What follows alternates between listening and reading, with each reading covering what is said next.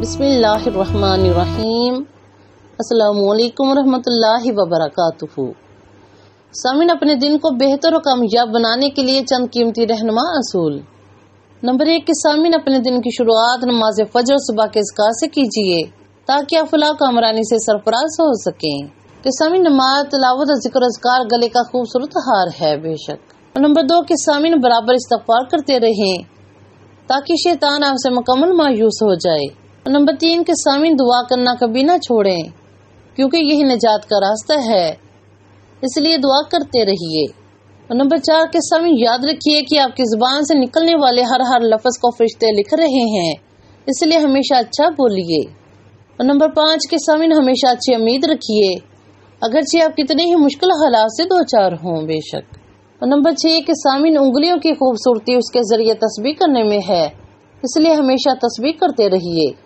اور نمبر 7 کہ سامعین جب غموں کا ہجوم ہو، مشکلات کی آمد ہو تو لا الہ الا اللہ پڑھیے۔ اور نمبر 8 کہ سامعین غریبوں مسکینوں پر خرچ کر کے ان سے دعائیں اور محبتیں حاصل کیجیے۔ اور نمبر 9 کہ سامعین کچھ بولنے سے پہلے سوچیے کیونکہ الفاظ بھی قاتل ہوتے ہیں، اس لیے ہمیشہ سوچ سمجھ کر بولیے۔ اور نمبر 10 کہ سامعین مظلوم کی بد دعا، محروم کے آنسو سے بچو۔ اور سامعین نمبر 11 کہ اپنے نفس کو نیکی پر امادہ کرنے کی کوشش کریں کیونکہ نفس انسان کو برائیوں کی طرف لے جاتا ہے بے شک۔ اور نمبر 12 کہ سامعین اپنے والدین کو عزت و احترام دے کر رب العالمین کی خوشنودی حاصل کریں بے شک۔ تو سامعین یاد رکھو کہ تمہارے ساتھ وہ ذات ہے جو سب سے زیادہ غنی اور طاقتور ہے بے شک۔ اور سامعین غصہ نہ کرے کہ زندگی بہت مختصر ہے۔ اور سامعین مشکلات و مصائب میں نماز بہترین معاون و مددگار ہوتی ہے بے شک۔ اور سامعین ایسی نماز پڑھو جو تمہیں تمہارے قبر میں بھی کام آئے بے شک۔ اور سامعین اگر پرسکون زندگی گزارنا چاہتے ہو تو بدگمانیوں سے بچو۔ اور سامعین ساری محبت صرف اور صرف اللہ تعالیٰ اس کے رسول کے لیے کرو بے شک۔